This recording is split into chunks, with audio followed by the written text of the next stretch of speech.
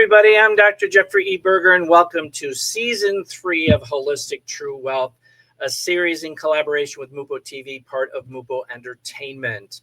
I am the CEO and founder of Abundance and Optimum Wellness and a certified holistic coach, and I am of the belief that we all should be living a life of abundance in optimum wellness, physically, mentally, emotionally, spiritually, and financially. Today, as a certified holistic coach, I am taking a finance-first approach to achieving all-encompassing personal well-being by embracing new ways to true wealth in the modern world. And by exploring diverse paths, one opens the doors to true wealth in every sense. And today we are really facing a paradigm shift like none other before that is revolutionizing our futures in ways that are unprecedented. And to remain stagnant is really to be left behind. My mission goes beyond the business aspect of it by providing global-minded entrepreneurs and individuals with new ways to true wealth in the modern world so they can circumvent our broken systems and go from financial fatigue to financial freedom. And it's really about creating opportunities, providing access, and building a more inclusive and supportive digital world where everyone has the chance to thrive. True wealth is not only about money, it's about having the tools and the resources allowing you to create a lifestyle to live that abundance and optimum wellness physically, mentally, emotionally, spiritually, and financially. Myself and my special guests that I bring on every week are all about bringing awareness around alternative solutions from all aspects, leading you towards that path to overall true wealth. And the mission really goes beyond the mission really provides real solutions for real people who are serious about wanting to go from barely surviving to thriving again. So with that, before I bring on my very, very special guest today, because I'm super excited to have this gentleman here with us today, we're going to take a quick commercial break. And you can find this interview series in collaboration with Mupo Entertainment at mupotv.com, or you can download our Android or iOS app. We're in 144 countries, seeing on Fire TV, Roku, and Vimeo. And we are in discussions with Paramount, HBO, and Netflix with a possible collaboration with them. So with that, we will be right back with our special guest.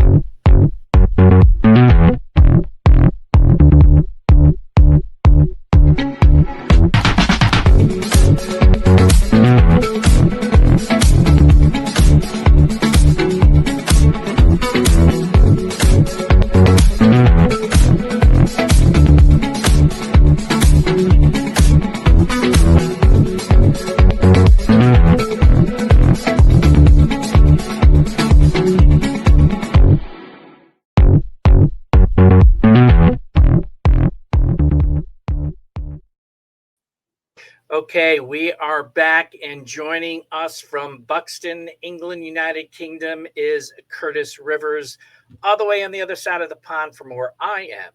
Curtis is a stuntman. He's from Stuntman to Soul Guide, which is what we're going to be talking about today. And Curtis is really guiding heart-centered souls through an authentic awakening to reimagine, realign, and reignite their paths. He's a world record-breaking author, and he helps you transition to the happier, healthier, and abundant life you're meant to be living. So, Curtis, welcome to Season 3 of Holistic True Wealth. It's awesome to have you here today. Well, thank you, Jeff. It's awesome to be here. I've been looking forward to it. That's great. So thank you so much. And so before we actually dive in with the questions, share a little bit about who Curtis is outside of business. Outside of the business. Well, the lines blur with me because I'm kind of living in alignment. So I actually really enjoy what I do and I mix them up. So outside, I may be out on my motorbike riding around the beautiful country lanes nearby in this leafy part of England that I live in the Peak District. Equally, I might just stop and do a little bit of reading in the forest, park the bike up, do a little bit of reading, bit of writing, journaling. And I'm just very much into mindfulness. And it can be something as simple. After such a hectic life as a movie stuntman, it's nice just to kick back and look around an old secondhand bookshop, look in a gallery, sit down in a nice little restaurant by a river and that kind of thing. So I'm all just chilled, relaxed.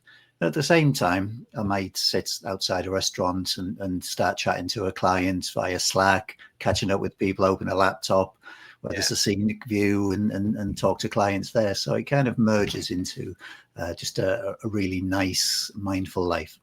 That's great. Yeah, enjoying the beauties of the world and your environment, which is so important, and mindset, and getting there and reading and relaxing and really, you know, honing in on you and nurturing you, which is great. And more of us should be doing that. That's for sure.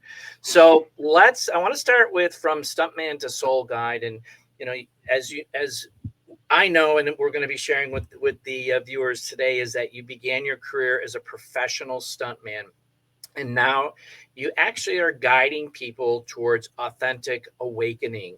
And I'm seeing more and more of this today with other coaches that are out there. Can you walk us through a pivotal moment when you actually realized your work in stunt performance was no longer enough for you, and what it looked like when you actually decided to step fully into being a soul guide? And elaborate a little bit more on that soul guide aspect of it. Sure. Well, what happened to me was I wanted to be a stuntman since I was a young boy, really. Like literally rode away when I was 10 and 11 years old to the TV stations to find out how I became a stuntman. How can I do this? Yeah. And I've got that framed on the office wall, the response I got when I was 11 from the British Actors Equity Association. Gave a really long list, and it said, Curtis, I mean, fair play for them for writing back seriously to this 11-year-old. They said, Curtis, you need to become a professional actor first and join the Equity Association as a professional actor. And I thought, gosh, because I was such a shy kid, but you need to be an actor, you need to be an athlete, you need to be qualified in all these different skills, fighting and falling and swimming and horse riding. And so I just thought, well, that's it then as an 11-year-old. But something inside kind of kept revisiting it. So I joined a drama school when I was 12. I started boxing when I was 13, took up martial arts at 14. 16-year-old when I jumped out of my first aeroplane, took up parachuting. And I just picked this up as a young man, started training full-time in my teens. It took a further 7 years from the age of 18 to 25 to qualify. So I mentioned that and set the scene because years later, after breaking a few world records and winning some awards and appearing quite successful in that career as a movie stuntman, it wasn't actually the real me. That was something I decided to do as a child, like wowed by the silver screen. As a man, especially as I got older into my 30s, I developed into a kinder, more caring person, which is a million miles away from the toxic environment of the film set, believe me. Right. And so a double life formed where on the movie set, I would put this baseball cap on, clip a radio on. I was running the shop floor with hundreds of people there, their lives in my hands, the director leaning on me for my skill set and direction. And it wasn't me. And the more spiritual and the more in tune I got with my true self and tuned into my heart, we just drifted apart, the two versions. And so away from the film set, I naturally gravitated into core skills, like God-given skills, if you like, of writing and teaching and things like that, and that turned into writing a book. It turned into doing motivational speaking.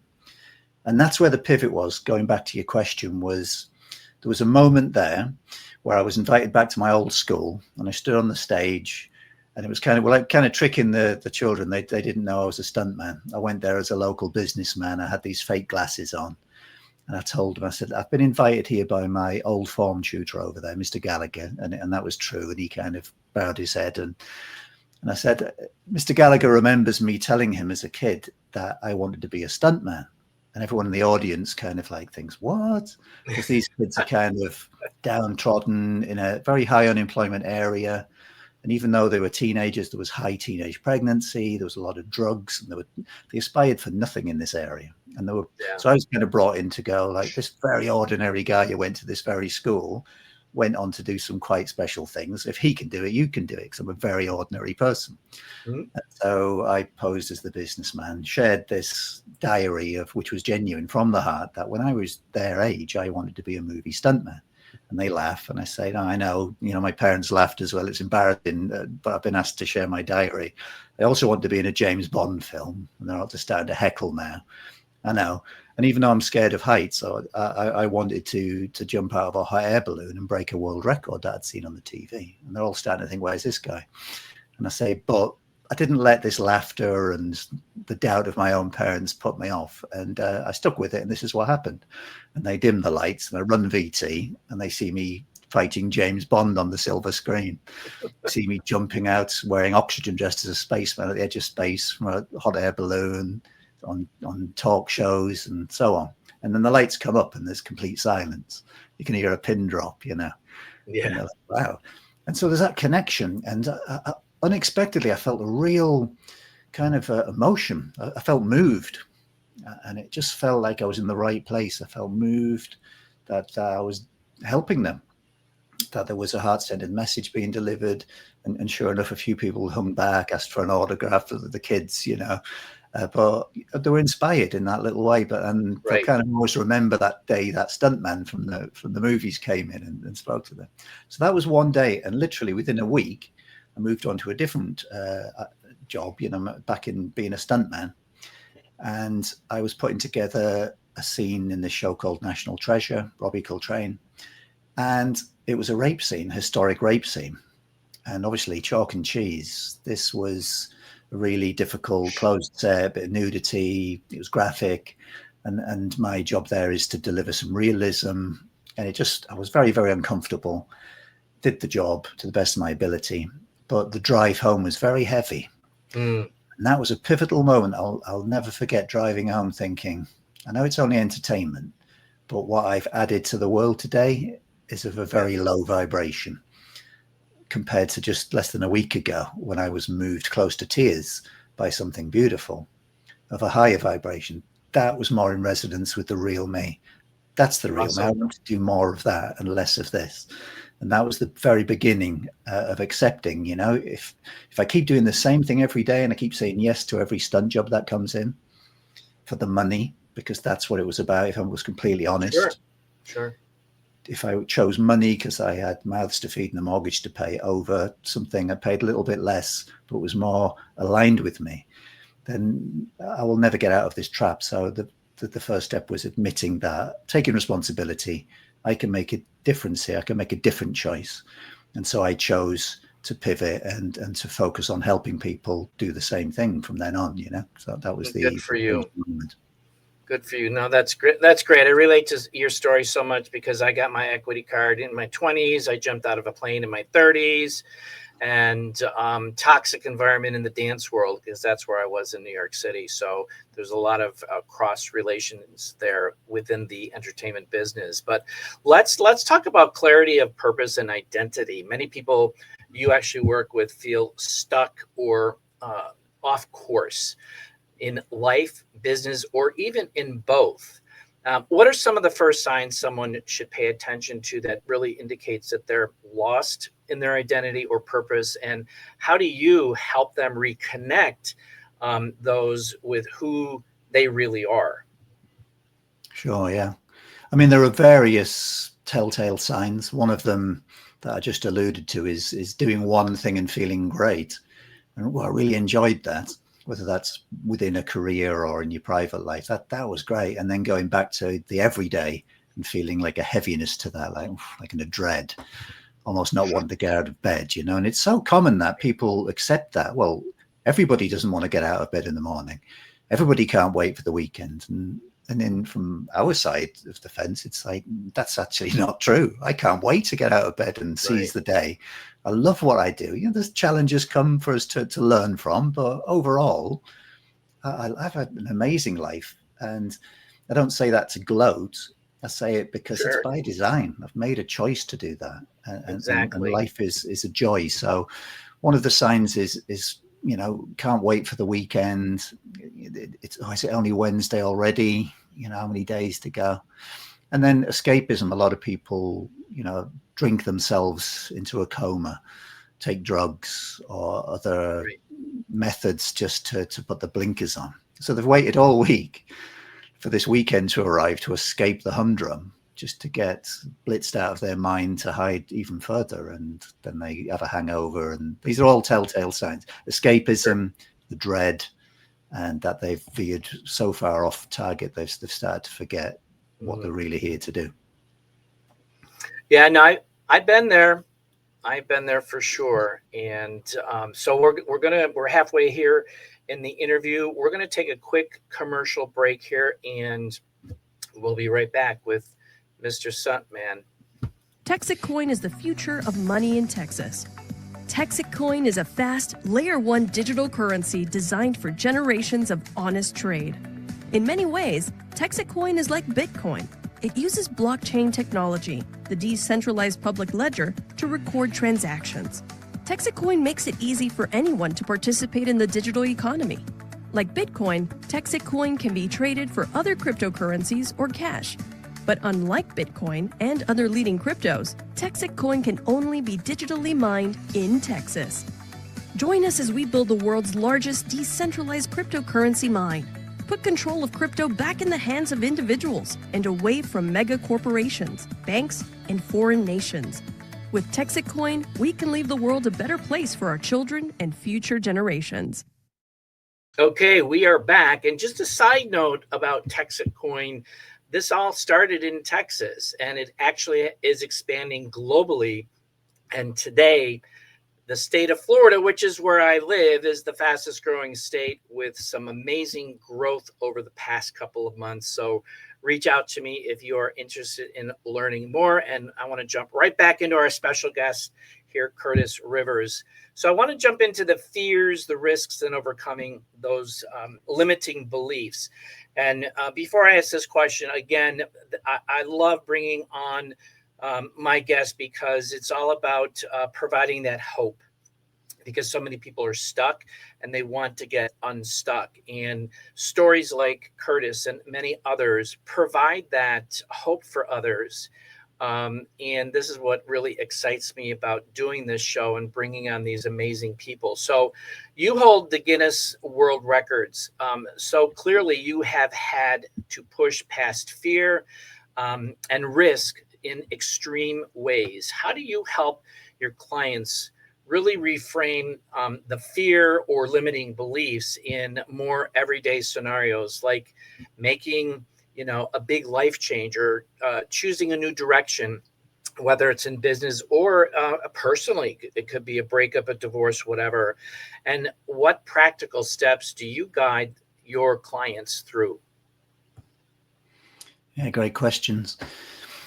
I mean, it starts with actually going back to basics and taking a look at fear to say, well, what is fear? There's an assumption as a stuntman that all stuntmen are absolute daredevils or lunatics, or you must be, right, to purposely do that.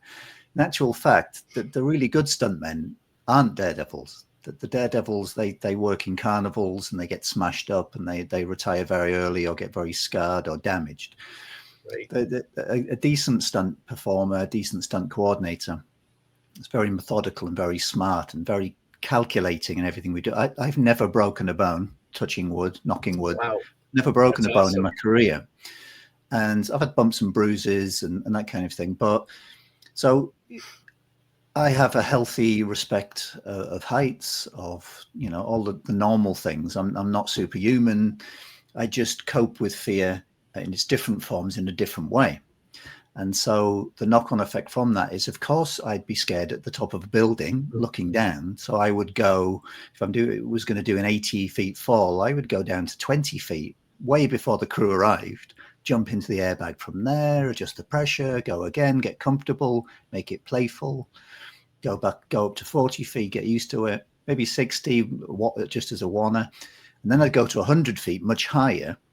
Oh, wow. Look down on this tiny little bag that looks like, so that when I go and do the actual job, it looks much closer and safer, and I'm already well practiced. So that kind of level of practice and reframing and rehearsal that translates over to how I work with clients in terms, it's just mental rehearsal, and we're mentally reframing and addressing that. And we deep dive exactly what that is, because fear has many faces. There's that old reptilian part at the back of your brain, that fight or flight, and we'll have a little look at that, and we explore breathing techniques to deal with those. And we accept that's actually a good thing. Potentially, it's the fight or flight response can be harnessed and used, to sharpen our senses and help us in life. And then we look at when we're making a move. Nearly all of my clients, well, all of them, to be honest, all of them are running old patterns in their subconscious mind. So we deep dive that, because ultimately over a period of weeks, we're eliminating limiting beliefs from there, and we're adding beliefs that serve them better. And so we look at that, because it creates what we call a cognitive dissonance, but in layman's terms, I call that the wobble zone. And it's just a brief period of time where that discord between the conscious and the subconscious creates like such a horrible feeling of being out of your depth, uncomfortable, worried. But when you know it's coming, and I've talked it to death and held their hand through the process, and they're starting to worry, no, that's the wobble zone that we spoke about, right? Oh yeah, right. No, it's temporary. We know it's going to pass. Yep. We know within 28 to 32 days that will go away. And so we just work with it. We do the exercises, various techniques I share, so that by the time we get into that, that's the new programming, and they start to see little synchronicities arriving and things falling into place. But that's the key area, and that's where I make them very mindful, that fearful place where the easiest thing in the world is just to step back to where they were, back to their comfort zone. And I'm there to say, don't do that, because we don't want to be going backwards. Just let's exactly. Yeah. That's you call it the wobble zone. I call it the uncomfortable zone, because that's where growth happens, and that's where you really start to really learn and embrace those changes, knowing that it's for the best, it's for the better. So I love that. And let's jump into, the other thing is, you said you're looking down at that little mat, and I'm like, I don't think so. I'd rather see a bigger mat down there before I jump. So exactly. Although I jumped out of an airplane, but as I've gotten older, I just find that when I'm at the edge of a 20-foot hotel or a 20-story hotel or whatever, I'm looking down, I'm like, I take a step back. So I don't know. I guess age does that to you. But let's jump into the legacy, impact, and financial empowerment. And you help people not just really find their purpose, but also align their passions with financial stability. And you speak of legacy and impact. What does it look like for, to build something meaningful that really lasts, and while also making sure the financial foundation is solid? Yeah, I mean, we explore all of that in great depth, and that's part of a lot of the limiting beliefs. When I mentioned there reprograms the subconscious, there's like layers, skins around an onion. We're shedding those different layers, different beliefs. Sure. And what I find with most clients, there's some version of a scarcity mindset at some point. So there may be the fear right from the off of, I've spent all of this time, because I work with entrepreneurs and solopreneurs predominantly, small business owners. I've spent all of this time training, getting this business off the ground, and this one didn't work, so I invested in this one, and I spent tens of thousands in this, thought this would be the solution. That hasn't worked. My partner's getting really upset, our finances are low, and now I'm about to invest in this thing, and they're just in a really uncomfortable place. Yeah. So we unpack that and get to the basis of that. And it's because they're holding on too tight, that they're blocking the flow of abundance flowing to them and through them, so that they can pay it forward. So we address this and just encourage gently to just ease off a little bit. Everything's going to be fine. It's never too late to pivot. There's dozens and dozens of people have done this just this year with me, and it's going to be fine. So let's have a little look. We're not going to do anything rash. We're going to have a backup plan. We've got a contingency. We're planning ahead, and we're putting a little bit aside here, there, and everywhere. And we're just not grasping, and we're not coming from a place of lack and limitation. We've transitioned through the mindset to a place of abundance and flow. And so I take them to that state. So the combination of moving from where they were stuck and feeling fear and limited, to a place where they're aligned and that sense of purpose comes in, and they start to get excited about what lies ahead in that day and the bookings in their calendar for the week ahead. And they see that start to flow, that then self-perpetuates in that, like an infinity symbol, as the finances flow. No, that's great, and I totally relate to that, especially with what I'm doing today. And we're coming up onto the 30 minutes here. So before I ask the last question, for people who are watching, Curtis's website is below. And where else can they find you on social media? I'm predominantly active on LinkedIn, but I'm also on all the others: Facebook, Instagram, X. And I have a freebie to help people in this situation at www.alignmentcompass.com. That's alignmentcompass.com. Awesome. Great. So last question is, if there were one piece of advice you could provide our viewers watching that could potentially take them to the next level in their life, whether it's personal, professional, or a combination of both, what would that be? It would be, and I alluded to it earlier, that genuinely it is never, ever too late to change and to seek realignment and to switch to a life of living on purpose. It's never too late.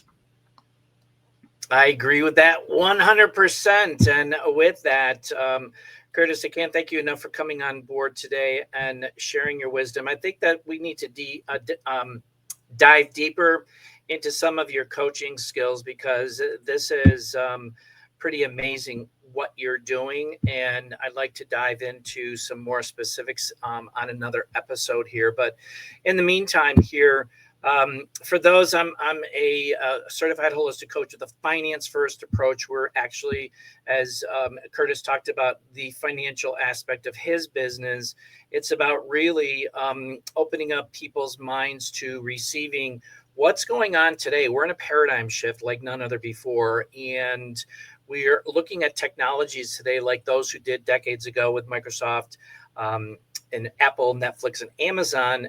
They revolutionized their industry back then. Today, they're industry giants. That is where we are today with the blockchain technologies.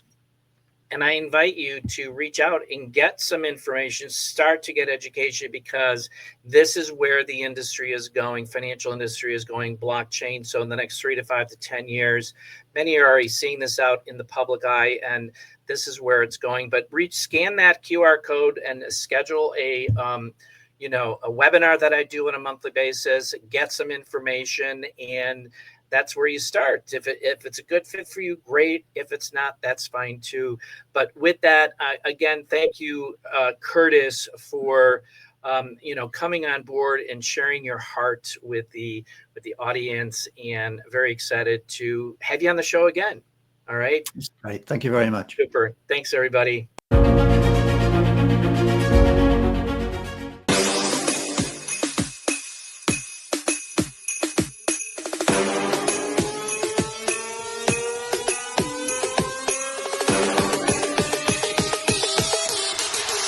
I was playing. Huh.